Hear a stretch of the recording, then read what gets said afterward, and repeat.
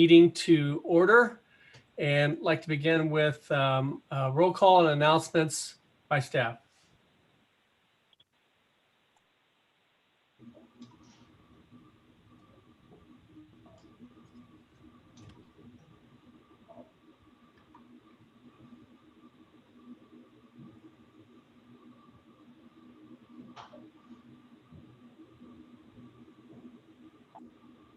Okay, right now on your screen, you should be seeing a link to the Parks and Recreation Board agenda and related documents, www.ci.missoula.montana.mt.us/webcast. If you're a member of the public and you're going to be attending this meeting, the meeting video will be available on the agenda website. In addition, there are some instructions being displayed on the screen right now on how to participate in the meeting, how to raise your hand or participate in public comment.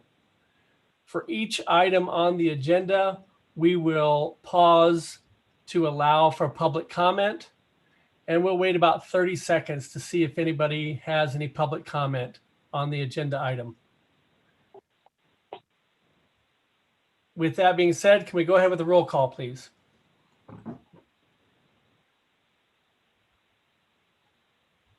Cassie or Joe, that would be one of you. Can you call out the board members' names? My mute button was not working. I apologize. Dale Harris. Present. Wendy. John. Present. Sonia. Present. Danny.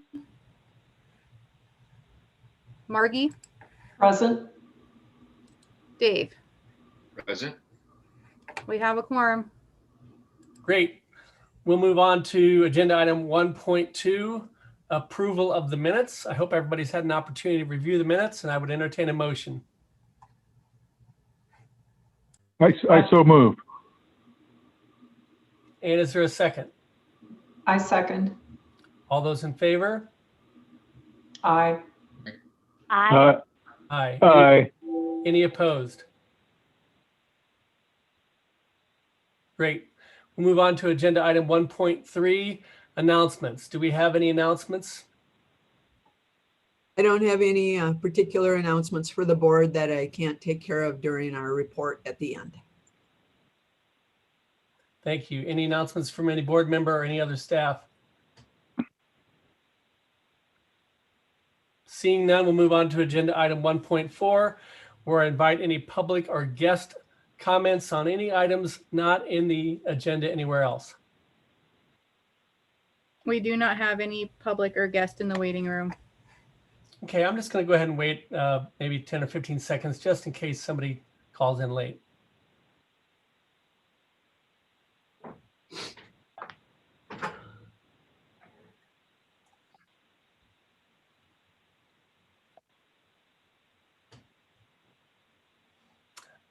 Hey, Joe, just, I don't know if this makes a difference or not, but I've got the agenda pulled up in HTML format as well. In the upper right-hand screen, there is a frame for the video, but it is stuck at 0.00 and it has Morgan's face on it. There might be a delay with MCAT sometimes with this video where it is recording. Just making sure. All right, having no additional public or guest comments, we'll move on to our first action item, agenda item 2.1, the development agreement and easement for Toole Park, with a presentation by Dave Selvage and Neil Miner. Good morning. Neil will be joining me after he gets, he has another medical appointment right now. So this is a proposed development agreement between the city and the Reed LLC, which is a housing project on South 4th Street West, not East, to accommodate a relocation of power lines from the 4th Street alignment to Toole Park in proximity to the existing pathway, paved pathway. We have been advancing this at a relatively rapid rate, so there are some adjustments in language on the proposed easement that goes with this. I'll ask for a modified motion on that. I believe that the terms of the agreement is that this allows the developer to move forward in stages, and if it's affordable, to pursue this project and secure the easement by bonding for Hey, that. Dave, Yes, sir. sorry to interrupt. Joe or Dave, can someone pull up the draft park trail development agreement attachment on the agenda, the PDF? It's coming right now. Great. Thank you so much. Go ahead, Dale. Or excuse me. Go ahead, David. Okay. So this agreement has a series of points in it. I wanted to just review those because those are the important ones. Hang on, bear with me.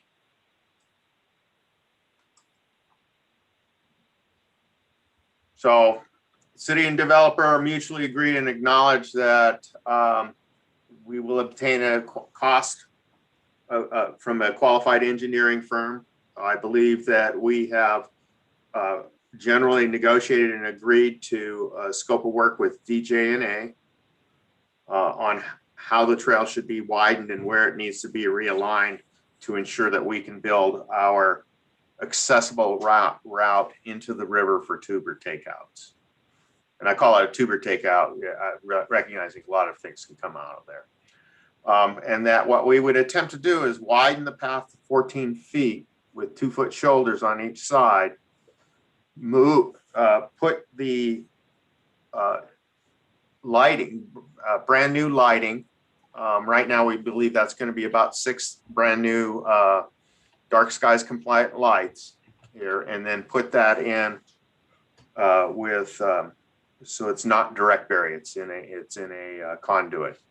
It's been the major problem with most of our pathway lighting is direct bury of the wire leads to outages. As we advance through this, the developer would deposit funds to pay for the DJ&A engineering if he wants to proceed. We would work cooperatively with them on the plan. So we would probably look at a similar widening and overlay process like we did at Poly Square over here at the Sawmill District. With as well, a little bit of rebuild may be needed here. If the engineering plans and cost estimate are reasonable, the engineer or the developer can move forward by bonding at 110% of the engineer's cost estimate, in which case that would trigger a grant of an underground electrical easement to or in favor of Northwest Energy. And they would advance that project then as quickly as they could. Then the developer would come back in and provide for the pathway improvements and moving the lights. And we initially wrote that down as a July 1st, 2021 date per section 5 of the developer will. We have generally negotiated that should be within 45 days of completion of the underground power line relocation, or August 15th, whichever comes first. That way we don't have too much of a delay, and we want to have the path open prior to university opening up again. If we do this, we would, the city agrees that we'd secure the scope of DJ&A. We would contingently approve an underground easement. We would inspect and accept those improvements, and then release the developer's bond upon satisfactory completion of the trail improvements in totality. The concept is to cover this yellow line is the existing I'll have to, the power line, it's a distribution line for Northwest Energy. It is not a primary line, a supply. It is a distribution line. And that would be moved down to in approximately the location of this green alignment and reconnect at a post in a corner at the end of the cul-de-sac, and then go back up above. The grant of easement, the conditional grant of easement, we are working with Northwest Energy on final language. And we would like, in general, these terms are fine. There's some legal terms that they would like to change. We are waiting on Jim Nugent to confirm that those are acceptable. But in general, we would like to just allow staff to modify the easement as per guidance from city legal, and then advance that to mayor and council. We have our draft easement is that they would be able to remove any trees that encroached on their underground utility, but no brush or other types of vegetation, because it is an underground utility. We have not talked about the depth of the line. We'll probably ask that they put it at 42 inches, which generally avoids any damage to infrastructure as well as vegetation. The developer would be on the hook for restoration. We have no clue as to what that would cost. The impacts would likely be, we would probably likely be looking at a 2.5 to 3 month closure on the trail over summer. We think that the widening and the new lighting are adequate public benefits.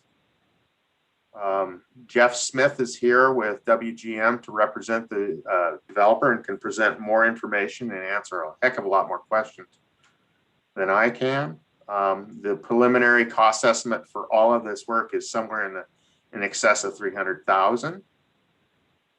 And Jeff can address how that's being financed by them if you have questions on that. Are there any questions for staff? David, this is John. Quick question. Has there been any thought about two items? One, the impact on the native prairie, and two, reroute for all those folks who will wanting to be using that trail. That's a pretty popular trail. A reroute for them during construction.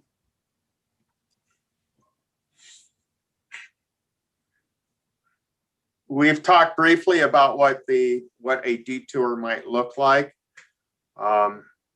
We would hope to be able to roll it a little bit so that we could come back up onto 4th Street and drop back down into Tula Park for the most of it. But at some point in time, it's most likely going to be a trail closure when they're working down near the former Missoulian building. There just are no alternatives there. And we could try to work in a detour that works with the Higgins Street Bridge, but that's the compounding challenge, is we don't know what we can do for sure. Is there an estimated time frame on that last bit there by the Missoulian where the trail would have to be closed? How long? No idea. No idea. Jeff may be able to tell us. This is we have been moving this forward as quickly as we can. So a lot of details haven't been worked out, but we would hope to minimize the amount of time that we would be closed between the Missoulian and the access up to what I call the Missoulian parking lot or the Waterwise Garden, because that makes the closure more palatable and a little bit more direct. And then in terms of the native prairie, have you guys talked about equipment in there or impacts on that? I believe that we can constrain them to about a 10-foot construction easement, maybe 12, but that is going to impact the native prairie by about that much. It's about somewhere around 500 linear feet of native prairie. And have we had any public comment on that or input from anybody who is involved with the native prairie? None that I'm aware of. Donna, have Have you you guys, received any? have you guys outreached to John Pierce? Not that I'm aware of. This is Dale O'Hare. So why are we doing this to begin with? What's the primary reason for the relocation? Trying to facilitate the developer's ability to build his project. He cannot build it as designed and approved by the council on the 4th Street frontage with the lines where they're at. Got it. It's an expensive relocation. We discussed extensively with them relocating in place. There's a challenge that to underground these underneath the Missoula Valley irrigation ditch is lots of technical challenges. I would let Jeff speak to that. And I'm not certain that makes that affordable for them. The developer could just underground it on their side of the street and stop right next to the canal. I'm not certain that satisfies their needs. But once you go into this, I believe that they're fairly committed to a good chunk of money to make this happen either way. David, one more question from my follow-up on the trail reroute. Has there been any conversation, or would there be a possibility of talking to the property owners of the Missoulian building for a temporary pathway through so they could access 4th Street around the project and then get back on by the track? There's been no effort to do that because the building is in it's in a sale process. Right. And I believe that we've done a quick reach out to them. I do not know if that's occurred though, or what their receptivity would be. Thank you. Donna may be able to help us with that. Are there any other questions at this point for David, for staff? Chairman, Dave Westfall, may I be recognized? Absolutely. Go ahead, David. Yeah, David, do we have a formal or legal agreement with the developer to do this work of burying these power lines underground? That's the first part of this. You have a development agreement in front of you that is being considered. That would provide for them to do this work, convey an easement to Northwest Energy so they can underground their power, and then the developer would provide for the improvements at no cost to the city. David, That's where a bond is required then in order to move this forward, to actually convey the easement. They have to commit to the project, to the widening and power project. And David, if I heard you correctly, there are some recommended changes to the proposed motion that would include the ability for us to pre-approve staff changes to that agreement. Is that correct? Yes, we would ask that the language under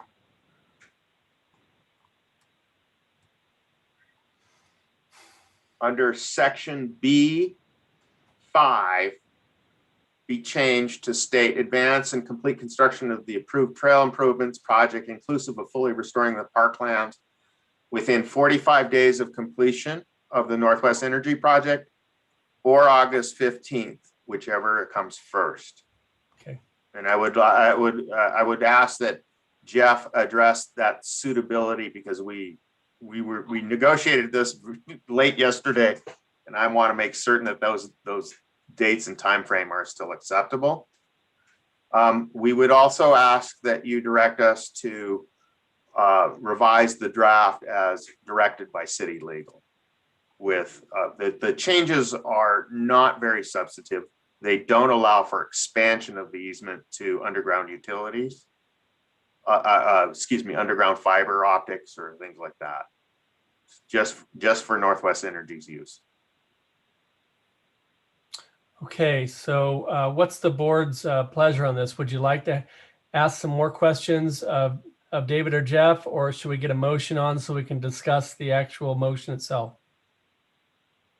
I would request, John, that you allow Jeff to speak to this after giving Donna a chance to speak to another question about what we're doing with the Missoulian. Sure, that's fine. Thank you. You want me to go, John? Yes, Donna, that'd be great. Thank you. I wanted to address two of the questions that came up. One was related to the native prairie. And we have not had a specific conversation with John Pierce. We need to do that. But what I wanted to point out is, as we proceed with the Clark Fork River Recreation Access and Restoration Project and river access points, and as we look at the active transportation components of the long range transportation plan and protection of the riverbank, we were looking already at expanding the trail on this side, and it would impact the prairie.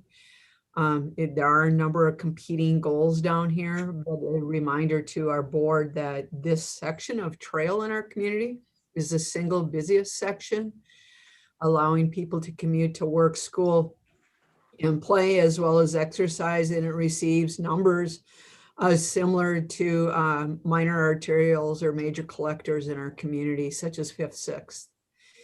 And so just wanted you aware of that trade-off and the challenge, and we do recognize how fragile that ecosystem is down there. Thanks, Donna. Jeff, would you like to make some comments? Yeah, thank you, John. Yeah, first off, thanks to Donna and David and Neil and the Parks team for collaboration here. I do think there's an opportunity for a mutually beneficial outcome where we're building a portion of the Clark Fork Trail that Donna's mentioned and advancing that ahead of schedule, leveraging some private funds. So thanks to everyone for their collaboration. Special thanks to the owners of the Ditchstone building as well, who are off to the east of the Reed project. Their contribution and collaboration on this project makes this route and funding this route possible. David mentioned the alternate options. Just a quick overview of what that might look like. Right now, if you were at Gerald Avenue and looking off to the east, you'd see a aerial power line that runs along this site all the way down to the cul-de-sac. If we were to just bury the lines in front of the Reed project, we'd have a new pole set on the west side of the project, and the lines would dip down along the frontage of the building, and we'd come back up with 2 new poles on the east side, and that aerial line off to the east would remain in place. The benefit of the Milwaukee Trail route is that it removes the line along the entirety of 4th Street, benefiting the aesthetics along the Ditchstone building and the Ecology building and down to the cul-de-sac there. It also benefits in the reliability of this service. These are 2 of the primary distribution lines for large portions of town. So moving them below grade limits their susceptibility to weather damage from trees and vehicles. So there's some reliability improvements that come along with this as well. I think that Donna and David covered the items that I was going to discuss relative to the trail reconstruction and the native prairie. That really our understanding here with the independent consultant designing the trail is that the trail that we'll be widening to and building lights for is the trail that would be constructed at some point in the future with this project, either way, regardless of this project or if it were pushed off until another funding cycle. So the impacts here, I think we're picking up some public benefit in building 600 feet or so of trail that wouldn't be funded privately otherwise. So that public benefit feels like a win-win for both projects to us. Thanks again. Any specific questions I can answer, I'm more than happy. Thanks for the time. Thank you, Jeff. Any questions for Jeff? Any questions for staff?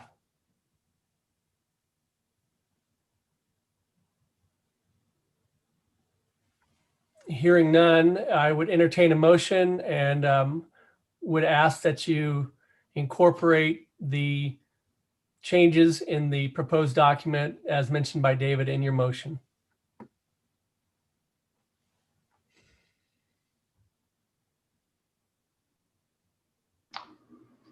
Okay, I recommend to the mayor and city council their approval of a development agreement and underground power easement between the city and the Reed LLC to provide for relocation of Northwestern Energy power distribution lines to Toole Park and the Milwaukee Trail Corridor as identified per conditions outlined in the attached draft development agreement with the recommended wording changes.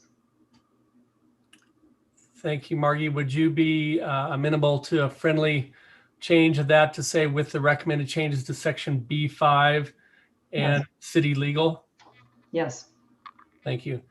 Is there a second to the motion? I'll second. This is Dave. West Thanks, Lawn. Dave. All right, I'm going to open this up for discussion on the motion.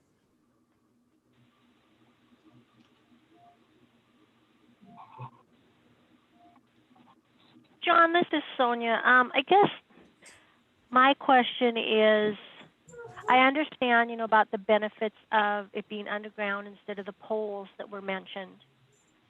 But other than that, what is the benefit to the Parks Department?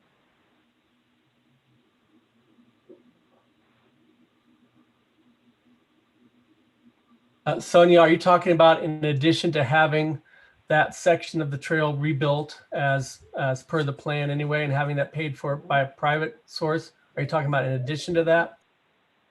Well, and I guess that's where maybe I missed something. So this will be paid by the developer, but was this a portion that was going to be redone in, the downtown plan? So it was Yeah. going to be redone either way? Mm-hmm. Donna, will you take that, please? Yes, Sonia, in time, the parks, so right now we are launching the Clark Fork River Recreation Access and Restoration Project. One of the sites we do show is near the Toole Park restroom as a river access site. We are just about to launch that, so this project was premature to us doing that. And then we also are about to approve the long-range transportation plan update, which includes widening of the riverfront trails on both sides of the river related to capacity limitations. And so widening those trails is planned. We would probably be at least 3 years out on doing anything like this, maybe more. And so the net public benefit that we derived in negotiations through Jeff and the developer is that the cost of the improvements are borne by the developer for something that the city would likely be doing sometime in the next 3 to 5 years, giving funding available. So this further stretches the tax dollar.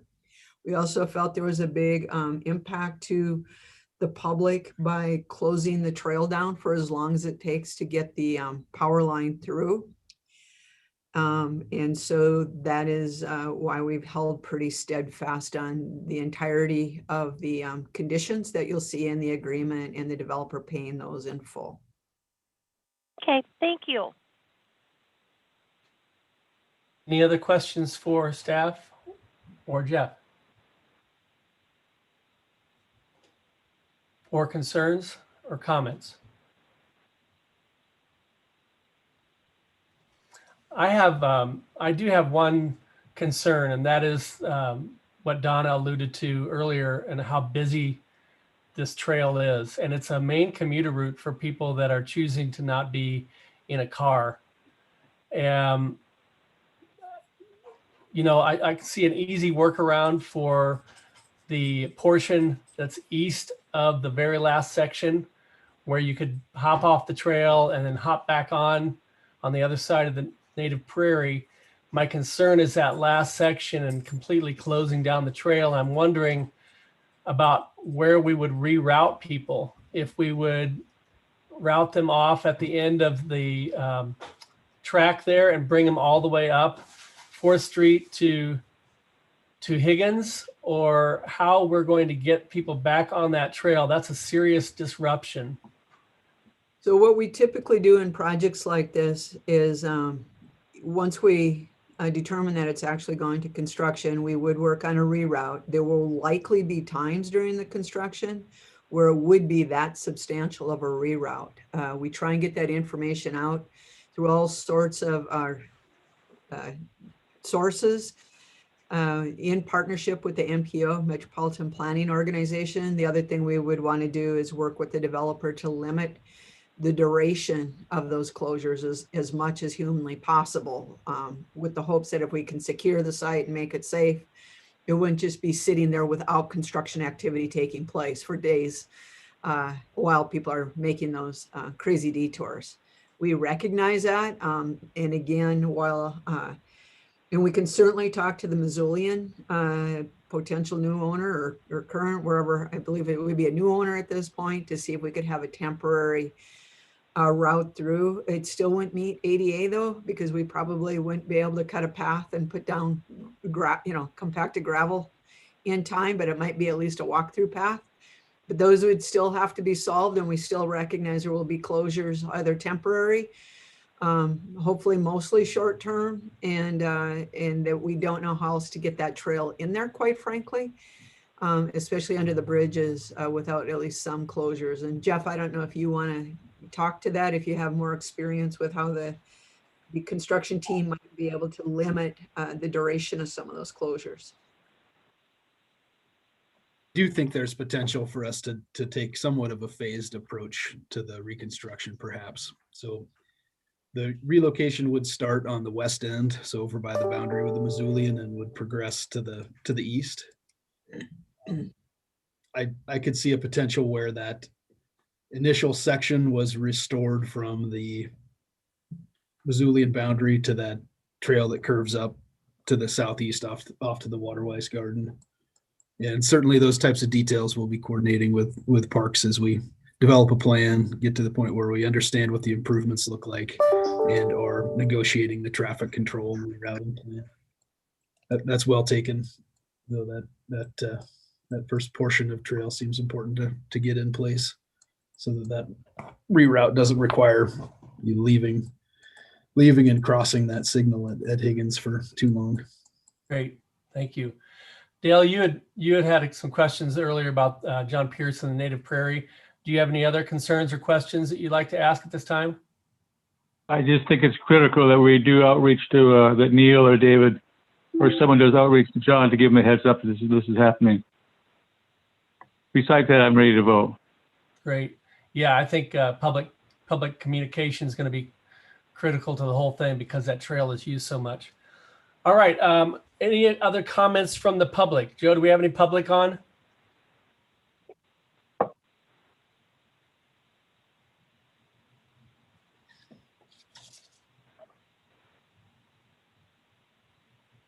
Sorry, my mute is sticking. There is no public in the waiting room.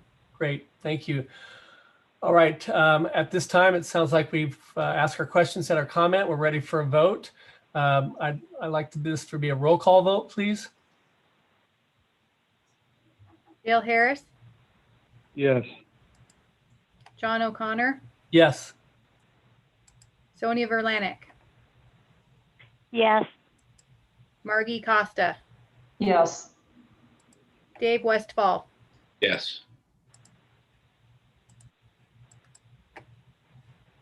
motion passes. Excellent. Thank you very much. Thank you, Jeff. Thank you, David. Appreciate your time. We're now going to move on to agenda item 2.2, another action item, the Park Shelter Enterprise request from Shirley Kinsey.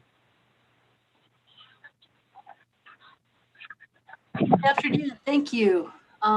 So this is a request to use Park Enterprise money, Shelter Enterprise money to purchase or fabricate message boards for each park shelter in the reservation system. Each year we get comments and or complaints regarding people showing up for their reservations and and having someone else occupying the space. So this would eliminate that problem for the most part, and to be able to post weekly the reservations that are going to take place that week.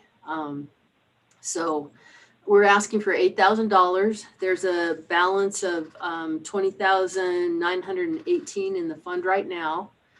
TJ and Lincoln both indicated that we could probably have the signs fabricated here in town, and we will be looking at that. We'll get 3 quotes and go through the purchasing process.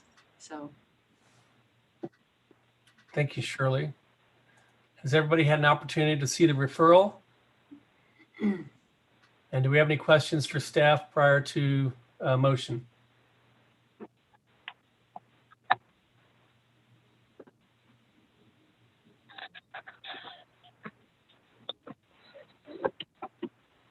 Hearing none, I would entertain a motion for the request. This is Dale Harris. I move the Missoula Parks and Recreation Board approve using park enterprise funds in the amount of $8,000 to purchase wall-mounted vertical message boards for existing park shelters. Thank you, Dale. Is there a second?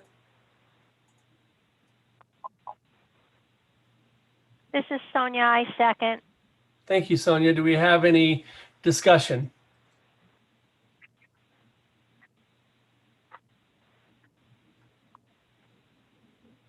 Hearing none, do we have any comments from the public? No comments from the public. Thank you, Joe.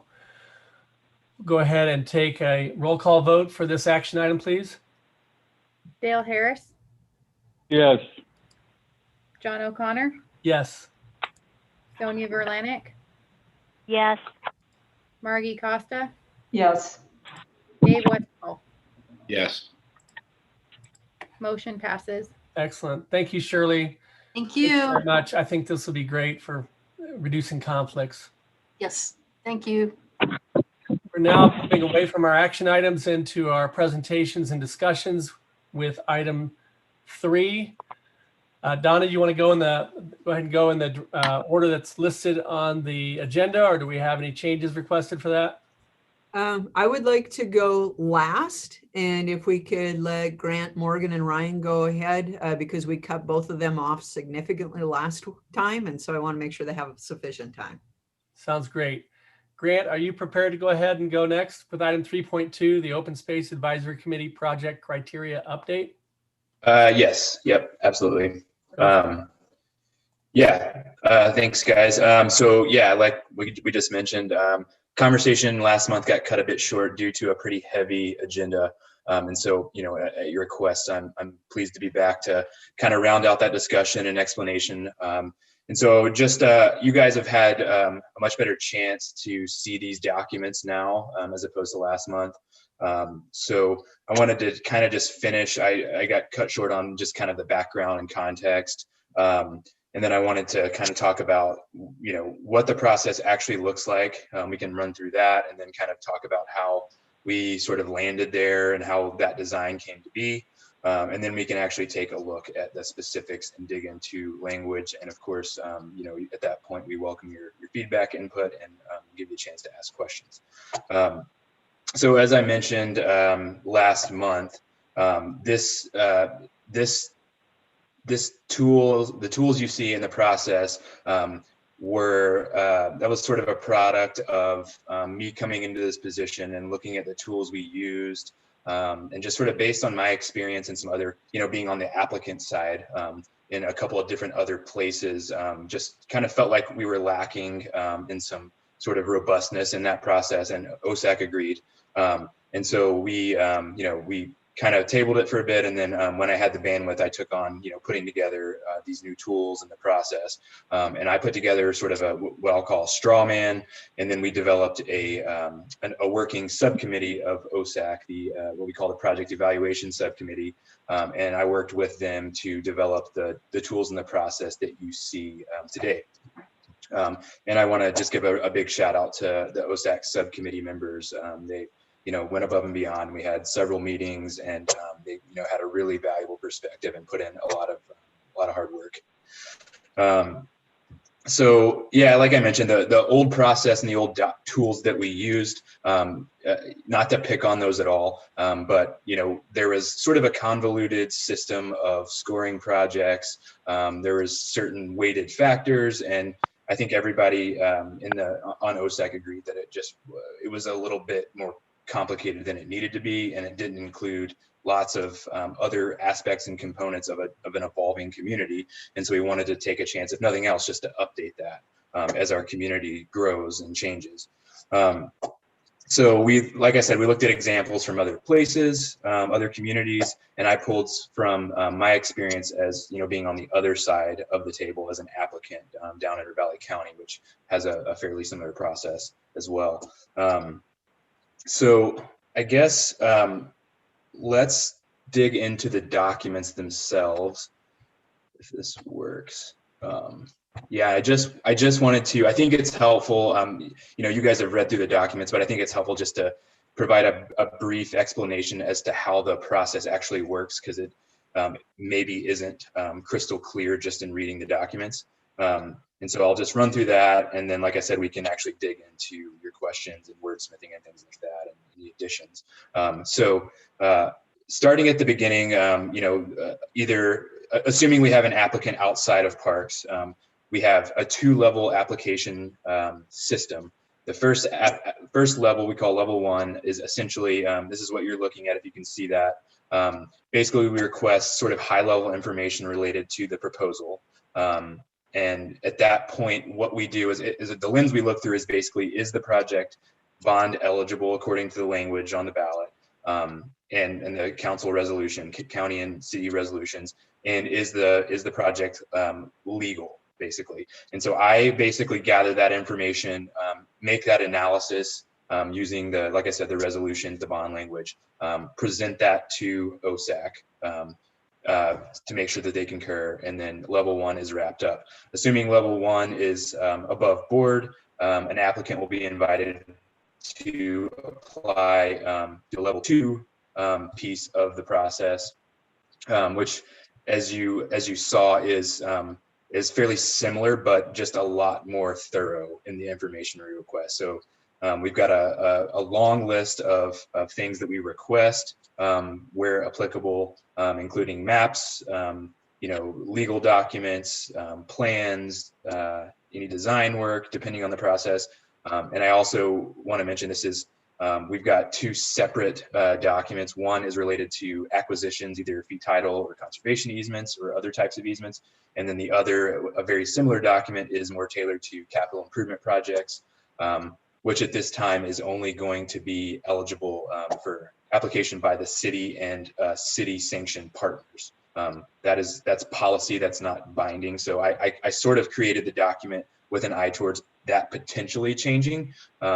If you notice, some of the wording doesn't make it clear that it's just for city application. I wanted to capture that so we didn't have to go back to the drawing board if that policy does change, which I don't have any reason to believe that it will. And just speaking to that quickly, that's a product of just a ton of demand that we have for capital improvement projects in the city. We've got enough on our plate. We don't necessarily need to open that up to partners unless they're actually partners of the city. So like I said, you guys have seen this. We can dig into the wording in just a moment, but moving on to, let's see if to the actual evaluation worksheet. So this is the actual worksheet that OSAC members use to evaluate and vet projects. And so as you saw, the sort of the way that it's set up in the structure is very closely correlated to the application materials that we request in level 2. So we've got several broad categories here that we hope capture most of how we want to analyze projects and the filters we want to put those projects through. I wanted to mention sort of how the scoring worked. I started to go into this last month. Just again, based on other communities that we've seen and talked to some of their folks, and also my past experience, the previous system that we had in place, like I said, had a sort of a convoluted method for scoring projects and assigning a number. we decided, and there was broad consensus, we decided to go with a high, medium, low type process as opposed to assigning a number to a project. There's a whole sort of litany of reasons why we did that. The primary one being that we, as you guys know, we evaluate projects ranging from apples to oranges, right? And everything in between. We've got, small stretches of trail easements all the way up to large, fee title acquisitions like Dean Stone or some of the jumbo properties. And so assigning an arbitrary number, what I would call an arbitrary number to these projects doesn't allow us any consistency in evaluating one project to another. And I also, it's clear up in the instructions and the guidance at the top that, this scoring system is meant to be a guide that helps facilitate discussion and inform recommendations. The system isn't perfect, and so there will be projects that probably score fairly low that we do probably move forward with because they might not just quite fit. And alternatively, there might be projects that score really high, but because of certain factors or things that might be red flags, those projects might not move forward. Conversely, so again, it's meant to be a guide that helps inform recommendations from OSAC to council and helps us to really have a transparent process that's defensible that the public can look at and feel confident that we're looking at these projects from all angles. So again, high, medium, and low scoring system. We can talk about the way the scoring's set up as far as the way it actually works on the ground if there are questions. But again, as you can see, we ask questions related to context, funding, wildlife, native plant communities, all the way down the list, ag, and all of these are, if it's not applicable, it's clear in the instructions that we don't need, we don't need to sort of vet that aspect of a project. And I guess one thing I did want to add is that according to just some of the comments I've received, I am working on some language that's specifically related to ecosystem services and climate considerations. That was sort of an inherent part of this process, I think, but I don't think that we necessarily called it out explicitly. And I think it's such an important piece of what we do and how how we look at these projects and how we grow as a community that I wanted to incorporate that explicitly. So I am working on that. With that, I will take questions and we can dig into anything that you guys want to dig into on a deeper level. Thanks a bunch. Donna or Grant, either one of you, would you mind just giving a very, very brief overview of how OSAC fits into Park Board, just for our newer board members' sake? Absolutely. Happy to do so, John. So Parks and Recreation actually works with multiple elected and or appointed officials. Park Board is appointed by the mayor and provides a role in oversight of all management and operations of anything that falls under the purview of the Parks and Recreation Department. The Park Board members are affirmed by the City Council. City Open Space Advisory Committee, we updated the ordinances around each of these boards too, just in 2019. The Open Space Advisory Council is a mix of appointments by the City Council and by the mayor. And they do predominantly come from within the city limits, but also come from within the greater open space planning area per the PROST maps, Park Recreation Open Space and Trails. Their job is specific to the expenditure of open space or other allocated dollars specific to open space, such as the will and trust fund that contribution we received a couple of years ago for oversight of those expenditures. I think Grant and the committee have done an excellent job of updating that, because with the 2018 open space bond and the 2019 PROST plan update, we have added capital improvement projects to open space lands, things like the Clark Fork River Recreation Access and Restoration, the Waterworks Trailhead, all the trails and trailheads, type of improvements, and as well as acquisitions. And we have also really dialed in on growth going inward, higher density, And looking through everything we do, much more dialed in, much more intentional about both sustainability and equity. And so this criteria aims to move us from where we were in the 1995 and 2006 open space bonds to recognizing the 2019 PROST and the 2018 general obligation open space bond.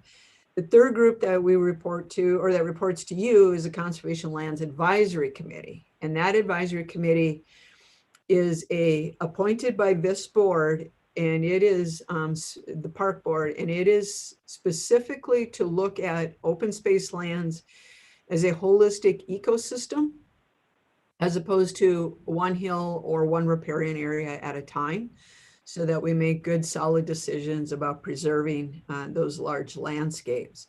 And then finally, of course, you are familiar with how City Council and the mayor work. We are a mayor-strong government. And when you put all of those boards together and they all have a special area of expertise and yet they're interconnected, it all works really well. Three-legged stool. That's right. Thank you, Donna. Are there any questions or comments for Grant? This is Margie. I have a question. Grant, I thought it was a very well done evaluation document in terms of looking at the overall big picture. And Donna just mentioned that one of the goals of this is also to look at a holistic ecosystem and the whole big picture. Is there an effort to, or is there any tracking on how these different areas are balanced, meaning between cultural, historic, access to water, wildlife habitat? Do you get requests for more one of the areas, or say wildlife habitat, more than you get for agriculture, or vice versa? And is there sort of some tracking mechanism to see that there is kind of I don't know, balance is the right word, or that all those different needs are being addressed in the open space? Yeah, I think so. I think what you're asking is how do we sort of prioritize projects and making sure that we have sort of a diversity of projects that we fund? Is that yes? Fair? Yeah. Mm-hmm. I think that is it's not sort of explicitly captured here because we did think about that, and I think that would just have been a very difficult thing to make function in a document. But what we did try to do is capture all of the different criteria that a project might encompass, if that makes sense, so that we incentivize all of those things, right? So when we're scoring these projects, if you want to call it scoring, we do capture and we look at all of those different aspects that certain projects would manifest and incentivize those. And then I think we always have in our back pocket the master parks plan, the open space plan. The bond language is a good guide for investing those dollars, and it's something that we talk about at almost every OSAC meeting, is how we prioritize these projects. There isn't a sort of delineated process in place other than those plans I mentioned. We've got cornerstones, what we call them in the open space plan, which are areas of high open space value that we prioritize. And then of course, we're also at the whim and the mercy of the market and being opportunistic. So we've, when we're working with sort of willing landowners, we have to sometimes strike while the iron's hot, if that makes sense. We've got certain landowners that are ready to move forward on an easement versus, other projects that might be of high priority that aren't quite as ripe. So there's a ripeness factor and an opportunistic factor. And so I guess all of this, in summary, the nutshell is that it's just an art rather than a science. And we try to look at all of our plans. We're hoping this document also provides some guidance in the way it incentivizes projects. And so does that help answer your question? It does. And I'm also curious too, are there any, in terms of all the different categories, wildlife, habitat, cultural, et cetera, are there any areas that if the committee had their grand wish that they'd really like to see more of, or do you feel like that there's been a really good distribution of projects in those areas? And I know you said, it's opportunistic to a lot of the degree, so. I would say that thankfully we have a really solid diversity of folks on OSAC right now. that come from all different backgrounds, all different interests. You know, there are certain camps, you know, there are more like the pure conservationists, and there's the more recreationists. But I think OSAC in there, you know, to give them some kudos, they really have a broad range of interest and expertise in these types of projects. And again, it is, you know, some of it is opportunistic, but, you know, like I said, we always try to keep our finger on the pulse of, you know, what projects are out there, and we try to look through that lens as well. And I think that there isn't one thing that I can point to that that the board or the committee is clamoring for. But I do think that, like I said, there's a pretty vast array of interest there, and they're a very open-minded committee. And again, you know, as are our plans, right? So we always look back to those. And so, you know, we try to also distribute our projects geographically as well. We don't want to invest too much in one specific area, not to mention one type of project. My personal, just want to get this plug in. I would love to do more agricultural projects, urban agriculture, if it makes sense, of course. I think that's something we haven't done in a while. And I know that there's some folks around the community, different, you know, sort of nonprofit partners and agencies talking about how to create some kind of small scale agricultural conservation program, just for one example. Okay, thank you. Sure. Thank you for that question, Margaret. Are there any other questions for Grant or comments?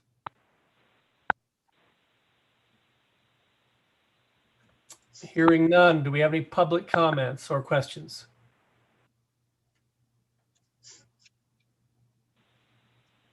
Yes, it looks like we have one person. I'm going to go ahead and unmute him. Thank you, Joe. If you are a member of the public and you'd like to comment, please start by identifying yourself, and feel free to go ahead now.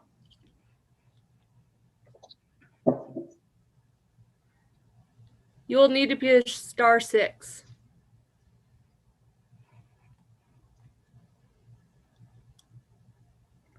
Number ending in 809. Please push *6.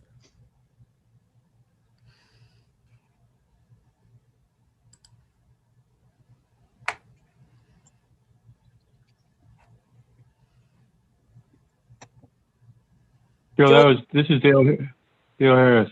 Oh, okay. Your hand was up under the attendees. Sorry. Dale, did you have a question or a comment? No, I think it's very well done. Yeah, I would agree. Thank you so much, Grant. This is excellent work. So that took about 20 minutes. We've got an hour left. And if possible, what I'd like to do is try for Morgan and Ryan to keep your presentations within 20 minutes. If it looks like it's going to go longer than that, we can ask Donna if she's willing to cede her time. I want to make sure she has an opportunity to speak as well. With that said, Morgan, if you're ready to go ahead with your ecosystem services, urban forestry and conservation lands update, go for it. John, Morgan will need at least 40 minutes, and I am fine. Okay. Great. Thanks. Yeah, we've had a little bit of a perfect storm with urban forestry update being bumped and combining with conservation lands this meeting. I've actually got two presentations. So I'm going to go through them real quick. I'm going to start screen sharing now.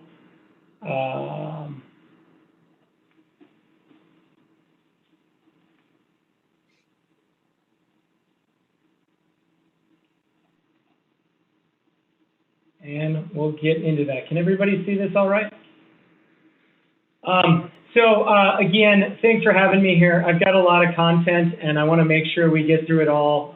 I've been given a lot of Zoom presentations recently, and I actually find, just to keep things streamlined, if it'd be all right with the group, I'd prefer if we kind of save questions till the end of each individual presentation. Of course, if you got a clarifying question and you need to pop in, please do.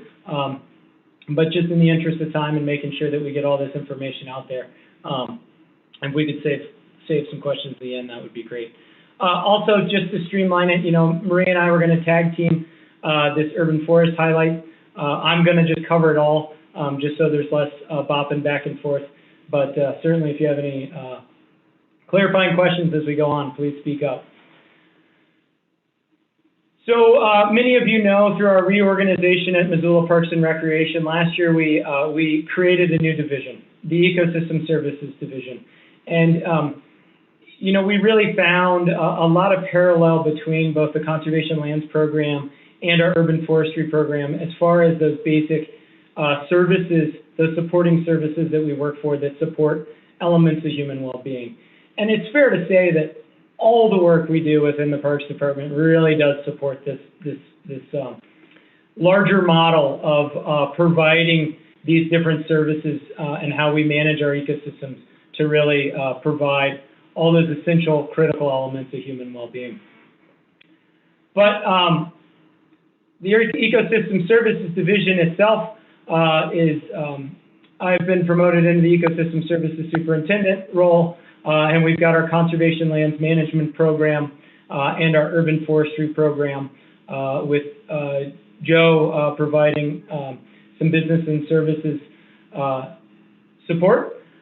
Each unit has some, are honestly kind of structured very similar in that they've got a manager, their maintenance staff, and then have their own kind of dedicated volunteer groups. For urban forestry, it's Trees for Missoula.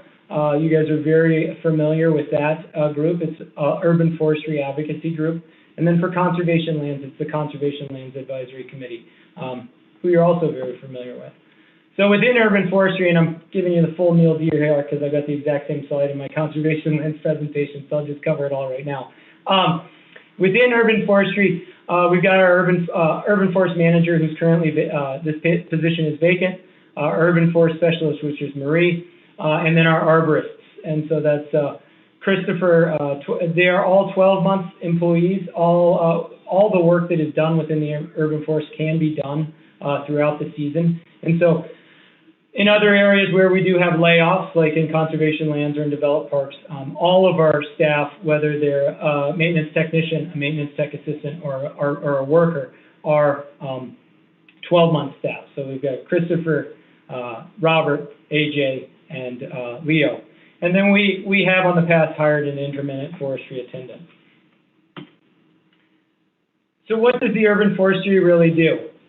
Well, like any program within the city, we've got our community goals that we try to meet.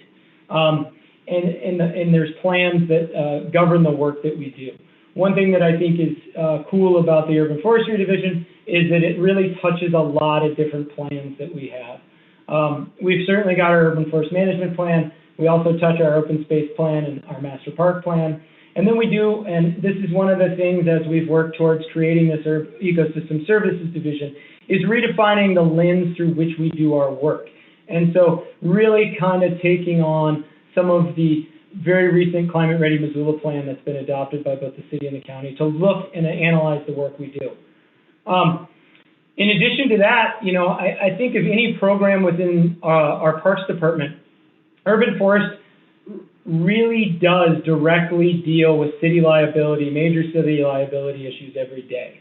And so a lot of the bulk of their work is directly reducing city liability, potential property damage, and public hazards through that responsible, proactive, and we're trying to get more proactive every year. We've got an aging forest, and so a lot of our stuff is still very reactive. But managing those trees, you know, not everybody lives close to a park, and we are trying to change that. But everybody does have, you know, a tree in front of their yard. And so urban forestry does their work across the entire city. We really guide a lot of the development of our urban forest through our strategic plantings, public education, volunteerism. We work very closely with our development and our development services on development reviews. In general, this program collaborates a ton with both conservation lands, our developed parks and trails, and multiple other city departments because these trees are in boulevards and public right-of-ways throughout the entire city. We've really been talking a lot over 2020. If 2020 has done anything for us, it's allowed us a little bit of time to reflect.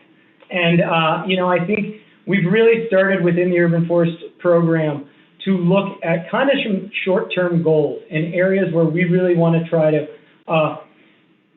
push our programmatic, you know, to push the envelope a little, to really try to do a little bit more work. And the 4 major themes that we've really come up with are starting to really break down some more silos between departments. And we've really focused a lot on working both with our new community planning, development, mobility, Missoula Water, and then also with the county as we start to look at them adopting tree standards that will then get annexed and will take over future neighborhoods. Sustainability is a big thing we've been working on. We're looking at trying to get to zero waste. We're looking at going electric. We're trying to really look at the work we do through that larger lens of sustainability, and you know, utilizing and trying to implement some of the plans that are in our climate smart plan for the city and the county. It's always important to really protect those high value trees. You know, a well-maintained tree is a healthier and a safer tree. And so we've started to implement a lot of new technology to do this. And then we're really trying to be super focused on where we're able to put our resources. And that technology is helping us do that. You know, the other thing is the old adage, right tree, right place. We're reanalyzing this. A lot of times that has to do with, you know, you don't want to plant a big tree under power lines. We'd like to start taking a little bit more holistic view and start to really consider soil types, start to talk about drought tolerance, climate resiliency, long-term maintenance. And so really starting to expand how we choose the right tree for the right place. Give you an idea of some of our accomplishments, besides, you know, doing some yoga in our spare time. We have started to make inroads on our sustainability goals.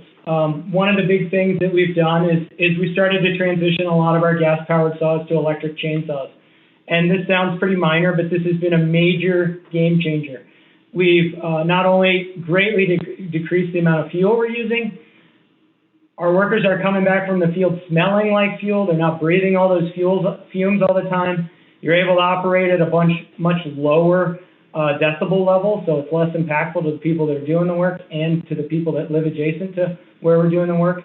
The other thing we're really, as far as sustainability goes, is starting to really formalize some of the things we do when we deal with a risky tree or we have to do a removal, and starting to consider our broader habitat goals within the community as we manage our urban forests.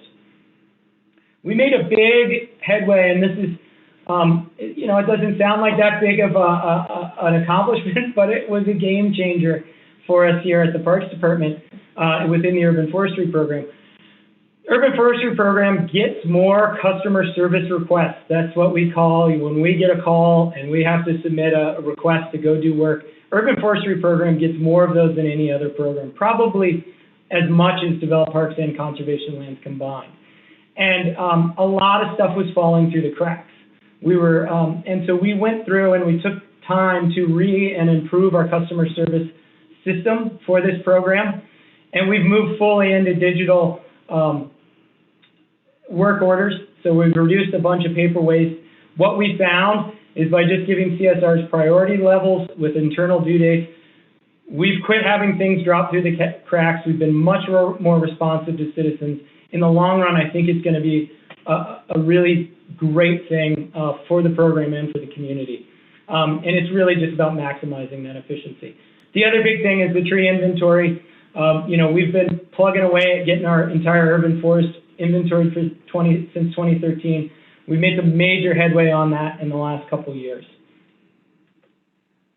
So some of these things as far as habitat versus traditional urban forest projects, multiple times in working with neighbors, when we're able to remove a tree and leave a habitat tree, we've been able to do that. Sometimes that requires doing a little bit more rigging.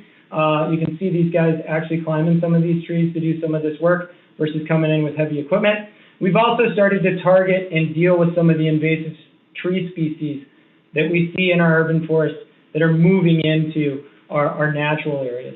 And so we've really been focusing a lot on more collaboration between conservation lands and urban forestry, and really starting to implement some of these newer practices within our urban forest. Talked about the inventory. This is a little snapshot of our tree keeper software. All those green dots you see on the map on the right are individual trees. We've analyzed, I think we're up to about 70% of our urban forest has been documented. Each tree has an individual, we're able to pull up each tree and know exactly how much maintenance it's had, what defects it has, how old it is, how big it is, and be really strategic with our management. And this is going to help tremendously when we start talking about equitable plantings, getting more forested areas in areas that are underserved, and then also our reforestation goals long term. The other thing that's really cool about this, and I think right now we're at about 30,300 trees or something like that. We're probably going to get up to about 50,000 individual trees that this program manages. Also with this software, we're able to calculate real-time ecosystem benefits from our urban forests.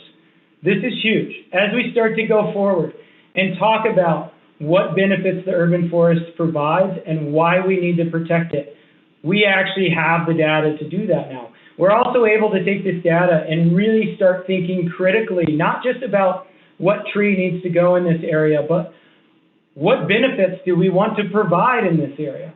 So this little schematic on the right side, we're recognizing with our current 30,000 trees that we have inventory, about $3 million and a little, $3 million and a little more of annual total benefits every year from our urban forests. The majority of that is property value increase, about $2,500,000.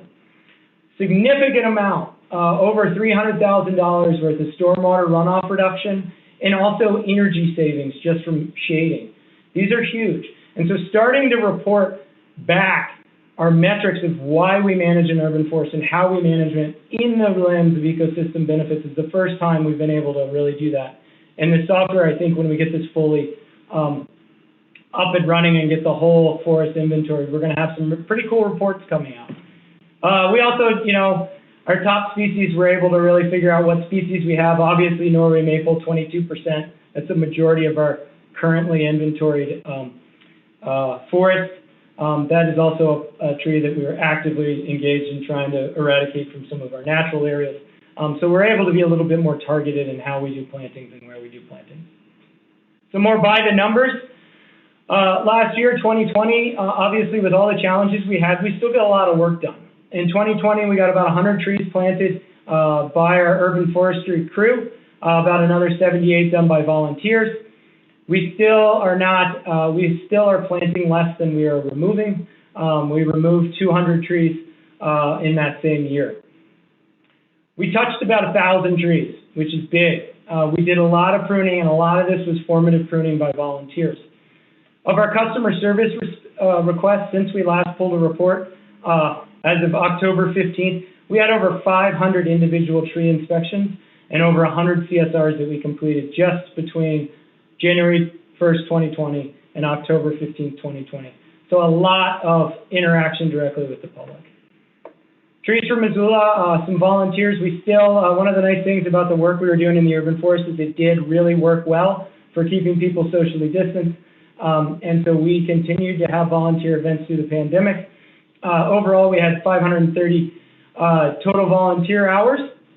A lot of this went towards planting bare root trees, and this was before the pandemic hit, at least before we were all notified that we were in a pandemic.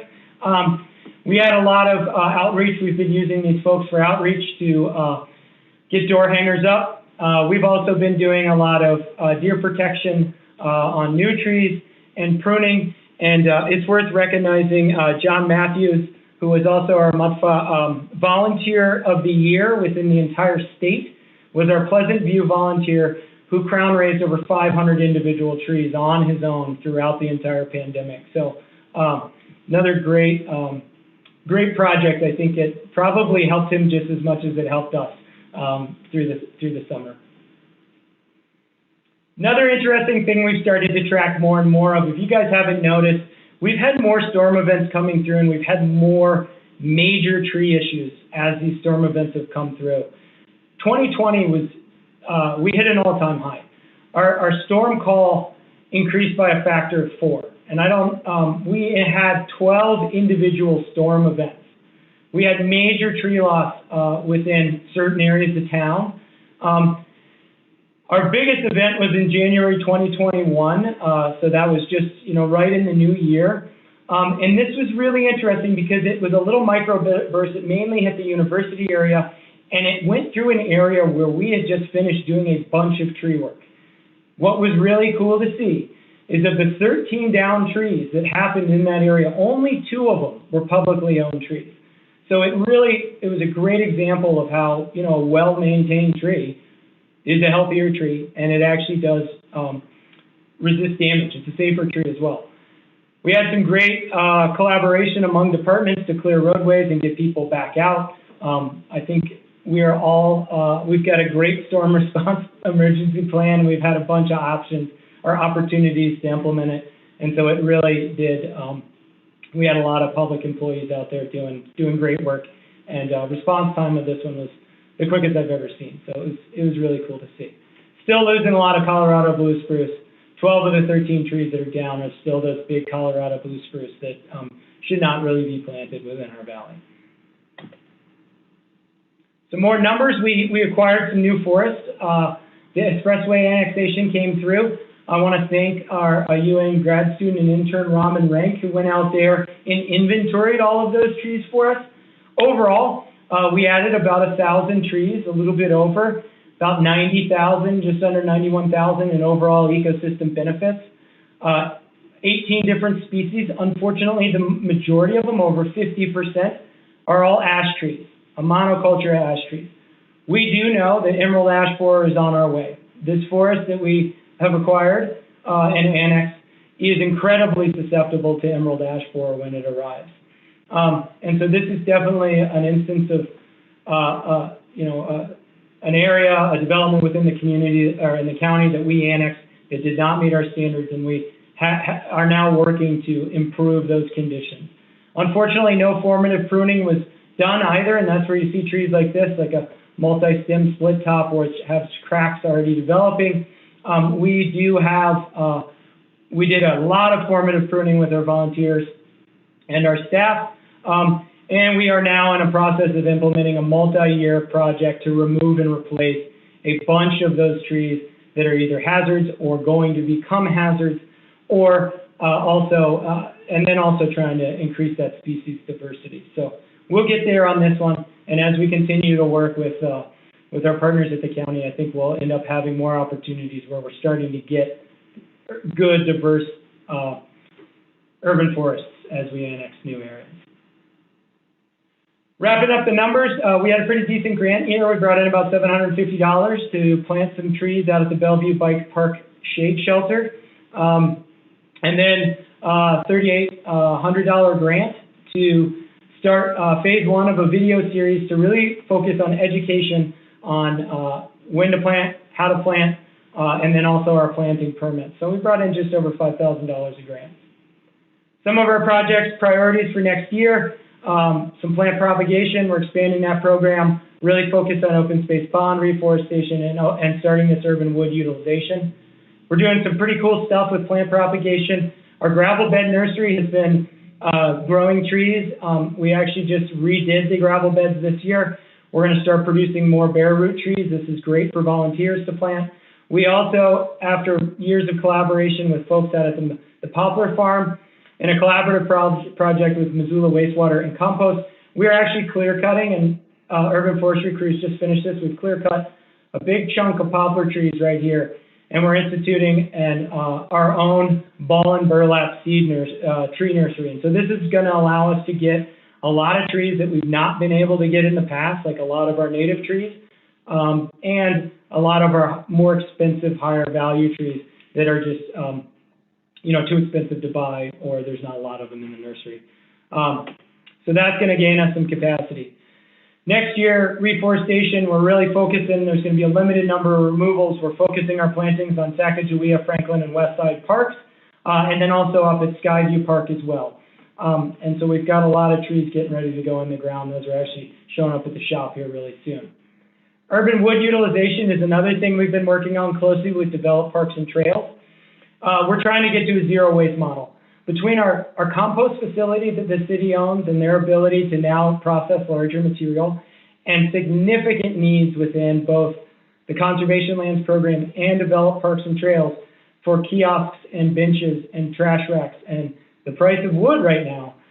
We are going to try to move to a situation where we're no longer taking trees to the dump. They're either getting turned into compost or they're getting milled and they're supplying materials for our own construction projects in-house. And so this will be year one of that implementation. We're going to be tracking the costs, figuring out if it pencils, and from what we've seen so far, it's looking pretty promising. So again, a lot of people always make the work we do happen. We had some stellar volunteers with Tree for Missoula. I always want to recognize Karen, our Executive Director of Trees for Missoula. JB Kermy over at the DNRC has been a great community partner for moving forward a lot of our new initiatives and helping us find grant dollars, and we've really started to push a lot of those forward this year. And then, of course, everybody else that makes the dream come true. So I'll got a little bit of time if someone's got some questions on urban forestry, and then I can shift on over to conservation lands. Thank you, Morgan. Any questions or comments from Morgan? This is Dale Harris.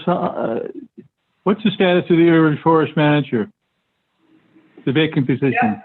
We ended up having a failed recruitment last year. It was a really tough time to bring people in, and at that point, we decided to go forward with conservation lands. It had a lot more holes. We've just filled all those holes. We hired the last person for conservation lands today. We anticipate re-advertising the urban forest program manager this May. And besides that, all the urban forest positions are filled? Yes, sir. Great, thank you.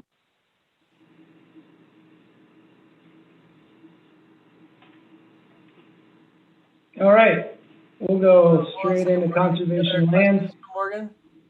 Yes, please. Or any public comment?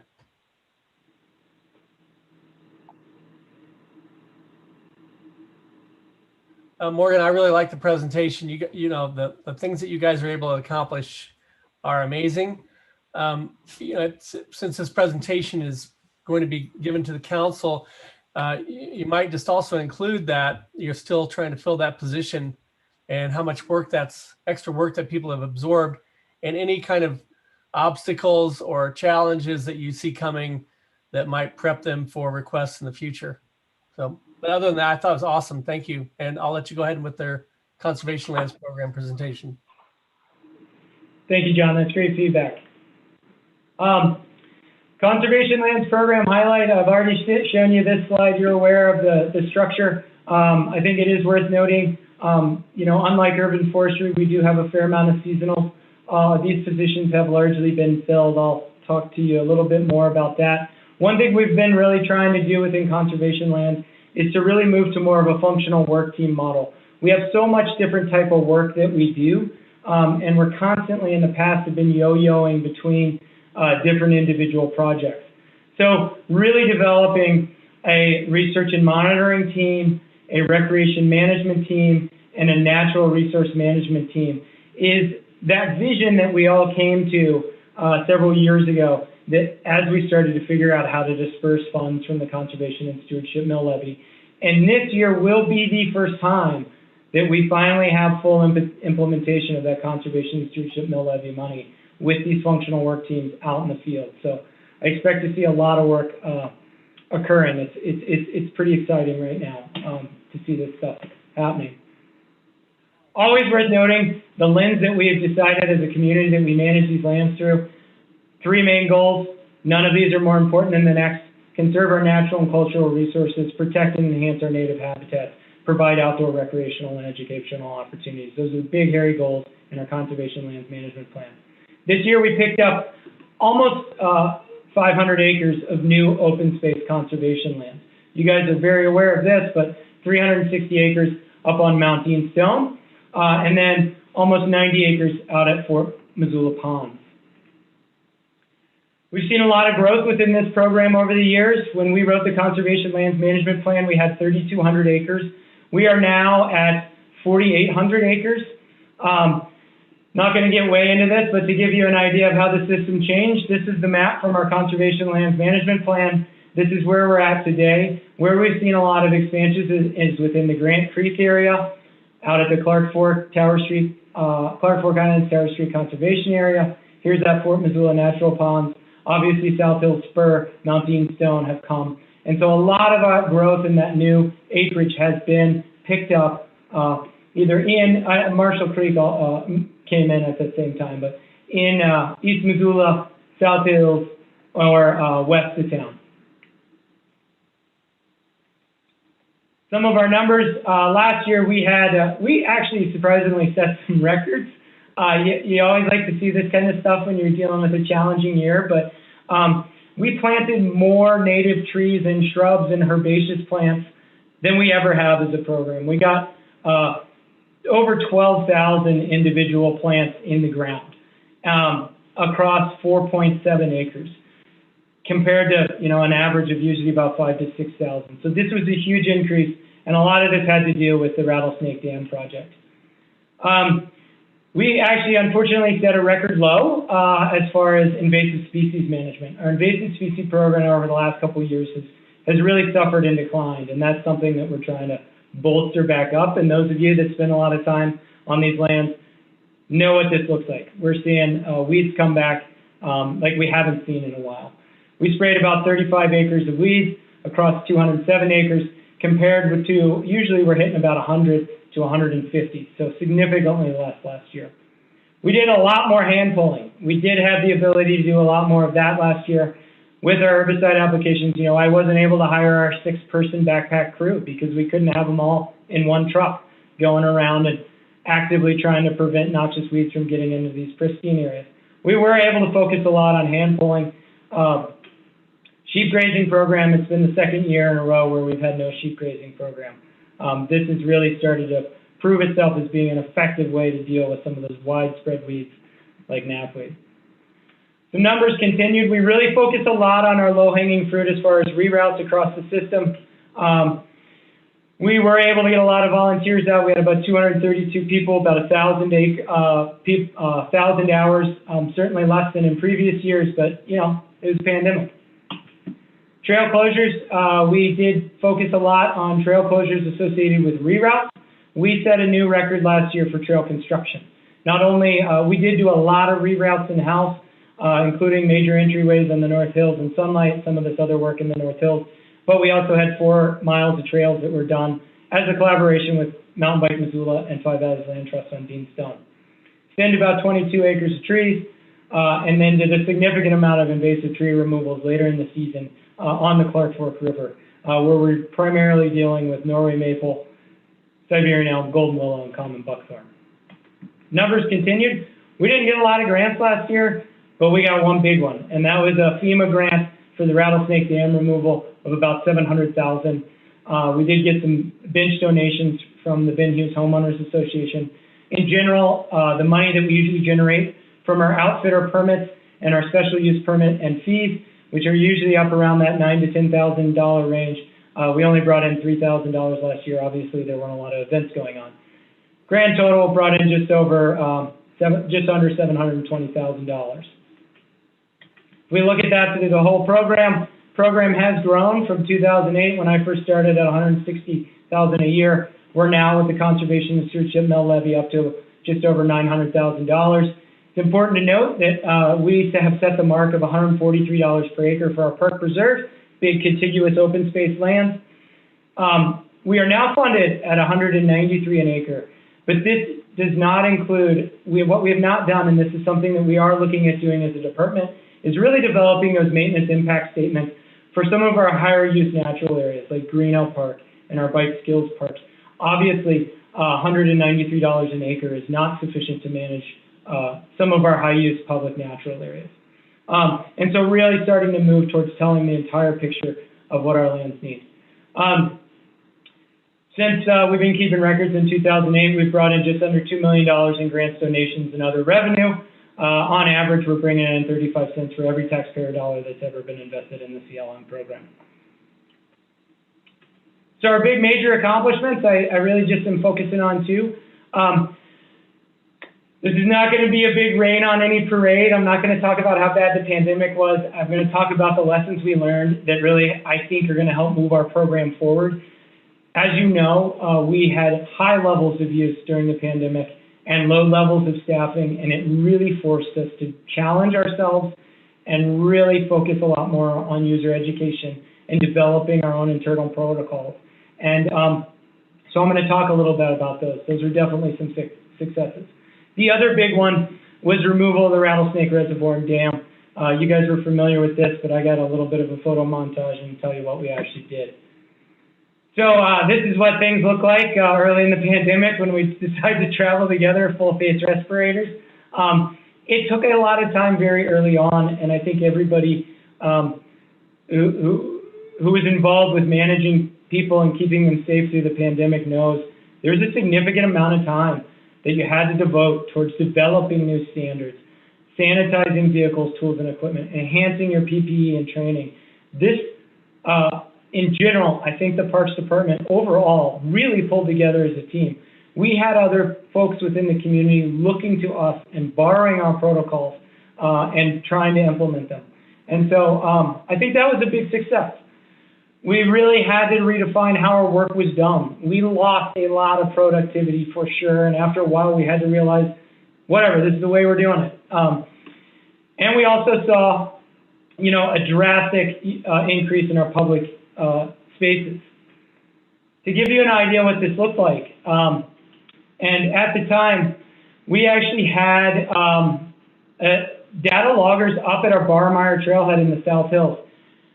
We saw a 362% increase in use on the South Hills at the Barmeyer Trailhead and the Sousa Trailhead right when that pandemic started, and it kept going. Here's where you can see these use trends between the Barmeyer Upper and Barmeyer Lower Trailheads, just from when the governor declared a state of emergency all the way through, and they sustained at that level. We, our front country ranger that was out there helping us educate the public, for the first time, we recorded the average number of vehicles at the Lincoln Hills Trailhead of 17.7 exceeded our annual average of use at the Waterworks Trailhead. It was 11 during that same time period. And that was just peak season, right in the middle of the summer. We also saw a multitude of new recreationists. When the gyms closed and people needed a workout, we had folks showing up on our properties that weren't used to those systems, weren't used to some of the basic etiquette. There was a real opportunity for us to educate a big portion of the public. And so we jumped into it both feet. We pulled together multiple different folks within our department to help do this. And this is really kind of what we came up with. And I think you guys saw some of this very first and early on, right when this was going, within a few weeks of that governor's emergency order, we started to realize, okay, this is the use patterns that we're seeing. Folks are not just stepping off the trail and letting people pass. They're each going 100 yards off the trail and creating these shadow trails. And so we started to get hike in single file, stop and wait for other people to pass. Keep moving, don't stop in the trail to take a break. Step off and let other people pass. Step to the same side of the trail if you're in a group and let the other group. Uphill has the right of way. Later on, we started to really focus on where we were seeing resource damage, letting people know that some of our trails were wide enough for you to stay 6 feet apart and have groups pass so that we weren't trampling sensitive vegetation on either side. We started to institute out and back routes, and we got really good compliance with this, and we got a lot of people saying thank you for doing this. And we saw some really good reduction in resource damage. Unfortunately, we also had areas that it didn't work so well. Trying to institute a one-way loop, we got a lot of people that said, you know, we got these loops, can we just do it in one way and then we'd never have to pass? We tried a one-way loop on the Barmeyer Trailhead on the South Hills. It worked great. Signage never got taken down. People loved it. Tried it on the Sunlight Loop on Duncan. Could not keep the signs up. People were really angry that we tried to do a one-way loop. It just didn't work. But that's okay. We tried. It was a good opportunity to educate folks. We learned a lot, and I see a lot of this signage, especially on basic etiquette, seasonally, starting to be just more formulaic. We're going to have these pulses going out of this temporary signage. Rattlesnake Dam, Reservoir, I'll go through this real quick. You guys are very familiar with this project. Our big accomplishments, we did it all, besides all the fundraising and opening it up to the public. We removed about 4,000 cubic yards of concrete, salvaged significant amount of historical materials for reuse as we build our kiosks and our benches to get people up to the site. We reconstructed 2,000 feet of side channel, stream channel, and side channel. We recreated 4 full acres of wetland. So major amounts of habitat supplied on the site. We planted about over 10,000 native plants with 184 volunteers devoting about 770 hours in a bunch of small groups with a bunch of safety protocols. And it was worth it. I think one of the unique things about this project, and this really was, obviously a collaboration between the city, both the Parks Department, Missoula Water, Trout Unlimited, and Fish, Wildlife, and Parks. This was about a $1.7 million project. 85% of the money came in from grants and donations. Just over 15% was actually dollars from taxpayers or Missoula Water ratepayers. So that's pretty unique. Here's some pictures of the infrastructure coming out. That obviously took a lot of time. Had to tear down these things. I want you to pay special attention to this screen house on the west side of the creek. I'll show you some spots where it's at, where we've done some restoration there in subsequent pictures. We salvaged a lot of infrastructure, documented it all. We hope to use this stuff. We've got a kind of a catalog of infrastructure. We're going to use it to build our kiosks and our benches in 2022 as we open the site up to the public. A lot of stream channel reconstruction. This is that picture. That screen house was right here. So this is right where the dam was. And this is what it looks like today. Significant amount of willow trenching to stabilize these banks. This is the new channel going through the site. This is some of the side channels. These are some of the wetlands. As we open this area up, we discovered springs that we didn't know were there, and we were able to route that spring water through the entire site to connect wetlands above the property to wetlands below the property. And then, of course, we had a huge upwelling of support from the community. I think by September, folks were generally ready to get out and get their hands dirty. It worked out great to have family groups come out and plant trees. We had just a ton of kids also on site. Here's a picture taken this winter to show you generally what it looks like now. This is where the reservoir used to be. This is where the dam used to be. This is the new stream channel coming and bumping up against the bluff. Here's where that screen house was. Here's some of the side channels that you see at high water that will charge up and become our trout nurseries. This is that wetland that we've been able to bring through the entire property that's going to provide habitat for a lot of other critters. And then there's a bunch of wetland or upland restoration we're doing as well. So, we're now shifting gears as a city to look at planning for the wilderness dams. We do have an Engaged Missoula site up right now. I just did a collaborative virtual public information session last week. Please go on if you're interested in learning more about how as a community, we're going to develop plans for those wilderness lakes. Now's the time to get your comments out there. Big projects for 2021.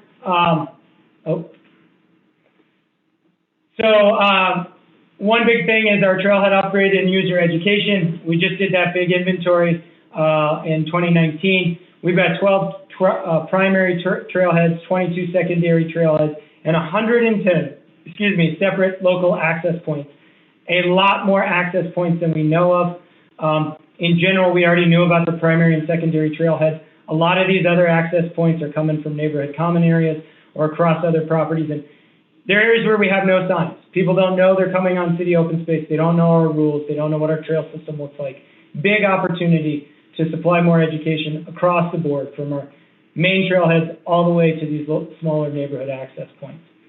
Some of the big projects coming, and you're very familiar with this, I'm not going to spend much time. Waterworks Hill Trailhead rebuild is starting right now. Expect construction this summer. Here's the general 65% drawing that we're looking at. Having people drive through where they're parking now, come up on the actual Missoula Water property, park, big trailhead, lots of information, and then a universal trail half-mile loop with interpretive stations and spots for folks to rest and enjoy the view. That is, we should have those plans finalized here within the next month or so, and we'll put the project out to bid. The other trailhead upgrade project we're working on is just basically upgrading all the rest of them besides Waterworks Trailhead. Overall, in our inventory, we actually inventoried 171 separate access points. 141 of them are actively managed by the city. This gives you an idea of the infrastructure that we have in our inventory now. Here are our identified needs that we're starting to pick away at. All access points will receive our updated rules and regulation sign, our basic rules and regulation. Welcome to conservation land. These are our rules. 9 new or rehabbed interpretive kiosks will be going up over the next few years. 22 separate interpretive map panels will be going up. We also have 13 separate potential interpretive sites that are in plans. So for instance, the knob at the top of the South Hill Spur, multiple kiosks up at the Rattlesnake Dam, overlooked at Waterworks Hill, signage at that we adopted with Clark Fork Islands.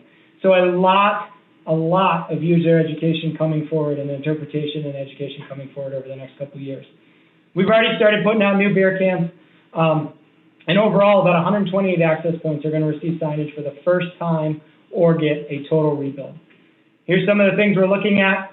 Basic, welcome to conservation sign package, updating our chevrons to include all of our things, including e-bikes and smoking. Certainly focused on a little bit more of user use and yielding. Here are some of those panels we're going to be upgrading into brand new trail maps with rules and regulations and with some on-site interpretation based on the system. Here's a general synopsis of what our 3-panel kiosk looks like. This is the Frolic trailhead that we rebuilt at Orange and I-90 a couple years ago. And so a lot of this stuff is going to be coming over the next couple of years. The other big project, Mount Dean Stone, you guys just adopted this plan. I'm not going to get into it. We are hoping to open that to the public in June. We are also actively planning for the Clark Fork River Access Project. Nathan McLeod has provided you some information on this. There is on engagement, Zula. We do have a survey up right now. We are in full planning mode. We got a public process going through this summer and hope to have permits and plans in hand by the fall 2021 and start building some of these in fall of 2022. We are also going to see this year some moving forward to some new resource plans for some of these new parcels I mentioned. Fort Missoula Ponds, we are already starting to coordinate with some adjacent landowners and doing some of our inventories. This management plan is going to be adopted, is going to be developed and adopted through a fall 2021, winter 2022, full meal deal, community-wide public planning process. And so it's going to be a little different than what we've done for some of the other new parcels that just fall in, like the Deanstone or Clark Fork Islands or Bluebird, that really fit well with existing conservation land systems. This is a unique parcel with unique needs, with a unique connection to our regional park. And so, you know, really taking a broader perspective planning approach, and expect that to start happening in fall 21, 2022. At the same time, and Jeff Dickelhorn, our new conservation lands manager, is going to be kind of spearheading this effort with CLAC and through the park board, is planning for our Bluebird property that was acquired in Lower Grand Creek in 2019. And so we're already starting to coordinate with adjacent landowners. We're finishing up our inventories, and we'll be working on that planning effort with CLAC later on this summer and then through next winter, hopefully getting that plan implemented sometime in early 2022 as well. Last thing, one of the big things that we've realized as an organization, and as we look at all of ecosystem services, but when we really hyper-focus on conservation lands management program, we really need this year to focus internally. This is our new structure. I told you that we've got, we're fully staffed. When I say fully staffed, all of these positions in red were just hired within the last couple of weeks and have not arrived yet. They're arriving next week. Our research and monitoring coordinator that's running our research and monitoring program just began at early March. Our maintenance technician who runs our whole maintenance program began in January. Our conservation lands manager began full-time. I can't believe it because he's already taken a lot off my plate just a couple of weeks ago. This is a year as we onboard and staff up, we are really focused, hyper-focused on developing these new roles and these new systems and doing this necessary training so that we can get to independent functional work teams that can go out there. And so we are still going to get a lot of work done, but a lot of our focus is going to be internally in developing these roles and this program to its full extent.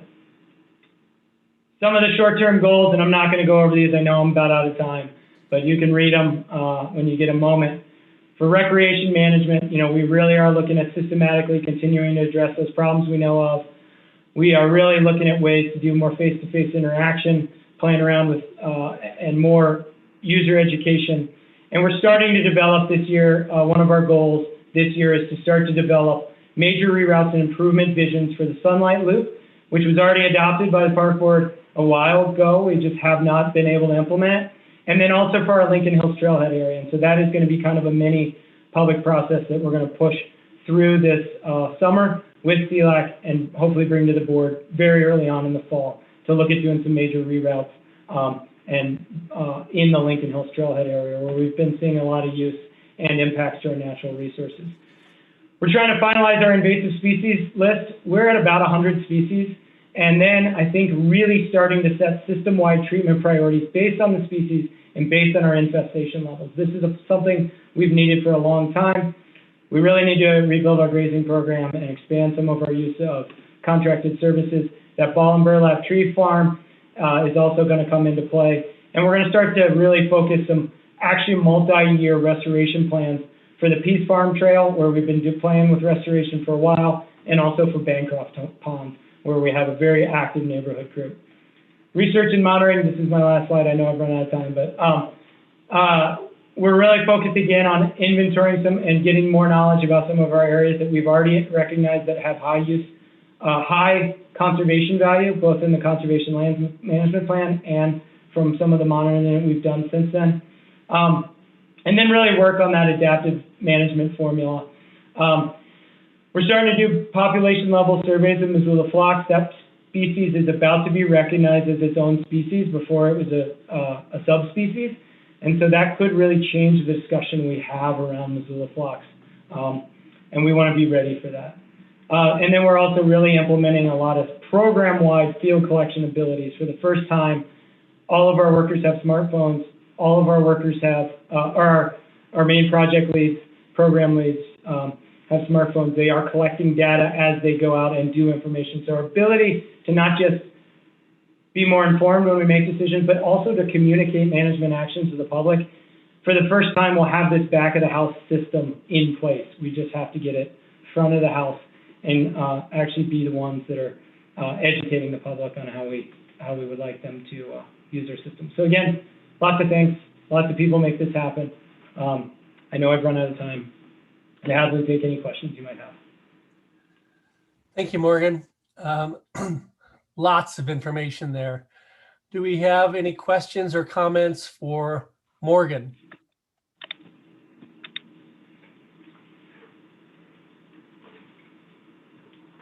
Just a nice job, Morgan. Very well done. Awesome work. Thank you very much. I appreciate it. I'm really proud of all the people that are working over here right now. So it's just a team effort program. Yeah, I'm excited for the assistance and resources that Jeff is bringing in with you, Morgan, and for you to be getting the extra help you need. Maybe take some of this off your plate. That is an awful lot of information to throw in there. I don't even know how you could reduce that information. It's a long presentation, but everything in there there's nothing really superfluous in there. So I don't know if I could even make any recommendations on that, but thank you for the presentation. Any other comments or questions for Morgan from the board? Do we have any comments or questions from the public?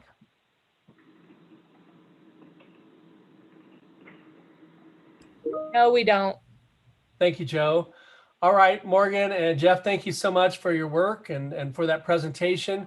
We are running out of time here. We've got about 9 minutes left. Donna, what is your wish? Would you like to table Ryan to our next meeting and give a very, very abbreviated 9-minute presentation? You're on mute, Donna. It's got to happen at least once a day, right? I think Ryan has put an awful lot into the presentation, and I just reviewed it quickly again. I do feel like the board could take some time and maybe look at it, and then we could start there on our staff reports next week. The good news, obviously, we're deficient in several revenue areas. Morgan pointed out a couple of them, but in the big picture, we are probably deficient in revenue collections in the neighborhood of $3.25 million or more. When you look at aquatics, picnic shelters, special permits, events, sporting, all that kind of stuff. The good news is that we do believe once we get the final rules for the American Recovery Plan Act, that a lot of those lost revenues that are related directly to the pandemic will be recoverable. So that will put us in a good position.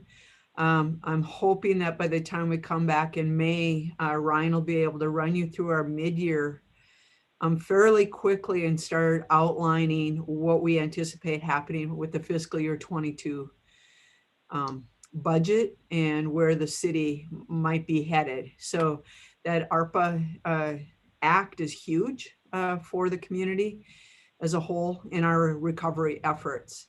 And I think Morgan gave you a good insight into ecosystem services. And from my department, or larger department view, that is pretty much what it looks like across the department. I have never been doing this for a lot of years, and I have never seen our department or any city I've worked in as busy as we are this spring. And it's from every imaginable front, and it is really interesting what the past year has done in some way to maybe change a society, at least somewhat. I don't know if that's temporary or long-term, but there is a lot of emotion out there, and there's a lot of energy.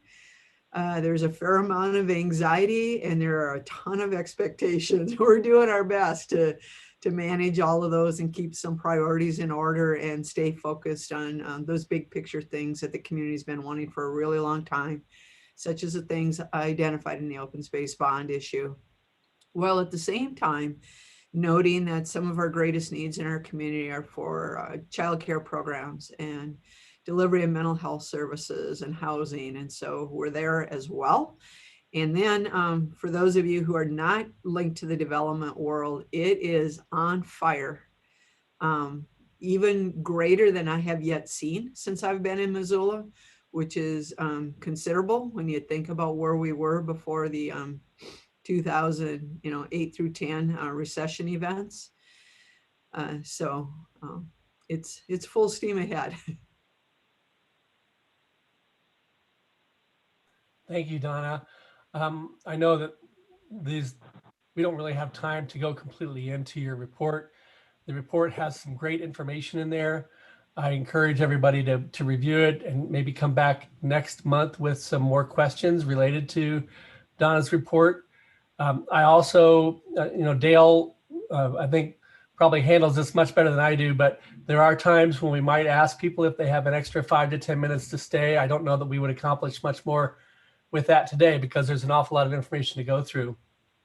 Are there any questions or comments from anybody else before we kind of wrap up today? I have a quick question, Donna. With the additional COVID relief money that the state received, I thought some of it may be targeted for cities or counties. Do you foresee that any of that reaching down to Missoula Parks and Recs? That has been really hard to predict. The current legislative session has presented some challenges for us, quite frankly, related to preservation of opportunities with protecting open space, to firearms in public places and parks, to different viewpoints on budget from past. We are unsure. There's been all sorts of dialogue, and we're simply not certain. One of the good things about ARPA is it is being, some of it's being funneled directly to our city because we qualify for HUD, Housing and Urban Development, and CDBG, Community Development Block Grants, and those kinds of projects, and direct funding. We are getting direct funding from the federal government directly to Missoula. And there's only 2 other cities in the state that are entitled to receive that direct funding. So I don't expect we'll see a lot from the state because we got our own direct. The other side of it is the League of Cities is doing a lot of good work in advising the Council of Mayors in all cities involved. And Ryan Applegate has been taking lead for our department and will be serving on a citywide functional work team looking at ARPA opportunities because there are other funding mechanisms that we may want to investigate first because the city very much wants to, no surprise, make super wise investments that help put us in a better position. We have been in an imbalanced budget situation with limitations on what we can do with taxation and being limited in the types of ways we can tax in Montana. And so it's been really difficult to build a reserve fund as costs are escalating so quickly. And so we want to make, of course, super wise decisions about creating a more stable overall city budget. And then Ryan has been stellar at working with finance and city, the rest of city leadership with our park district, where even the parks department will have a more stable budget with a reserve fund. And we were only able to get through the pandemic, I think, as eloquently as we did, because we have a lot of really loyal employees who really care about the environment and about people, but also we have some really smart business team members who understood the value of a reserve fund and our ability to make adjustments on the fly and how we were assigning staff, moving people around, who we weren't hiring or replacing, who we were, and been real fluid this past year, and very impressed with the team. And hats off to Ryan for all of his budget wizardry, and I mean that in the very best ways. Dale, did you have a comment or question?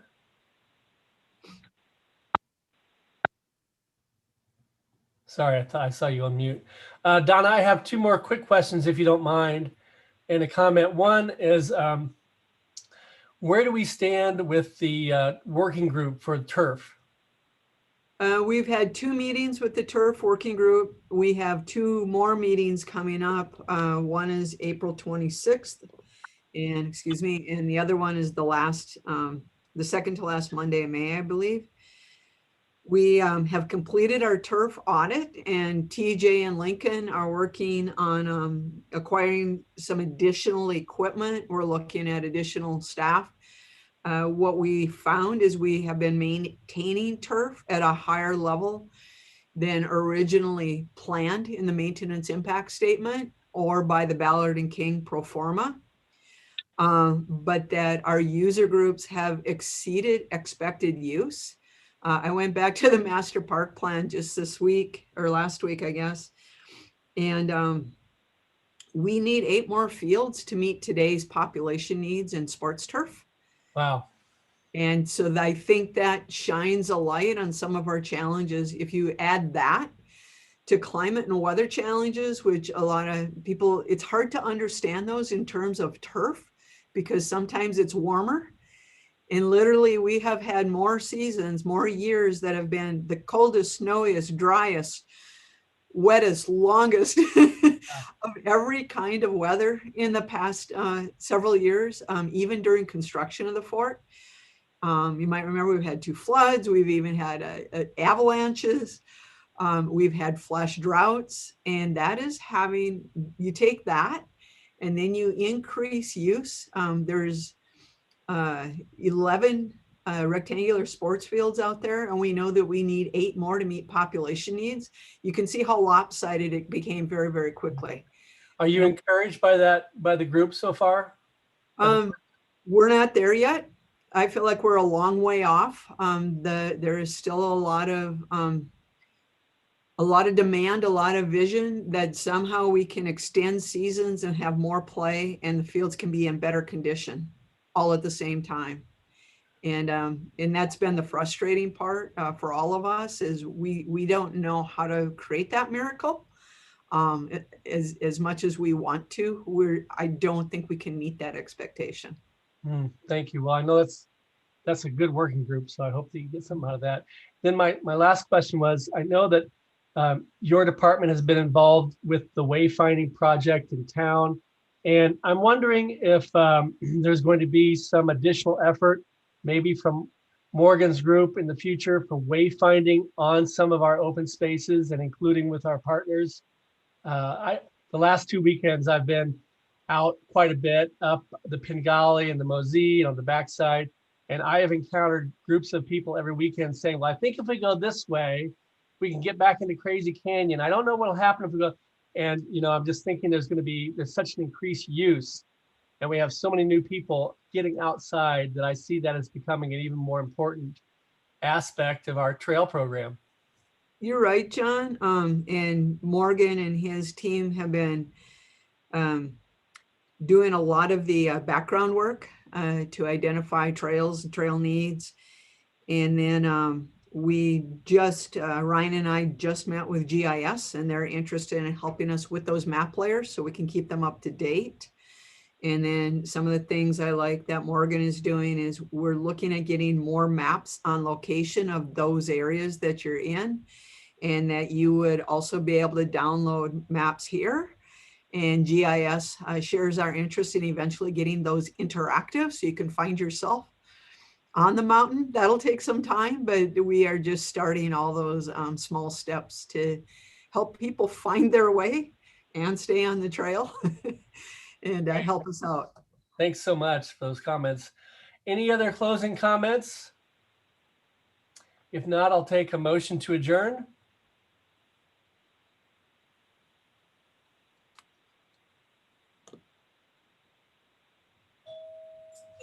I think Margie did the motion. I'll take Margie's. Sorry, I moved that we adjourn. Okay, all those in favor? All those opposed? Thanks, everybody. See Thank you you. next time. Thanks, bye. Thank you.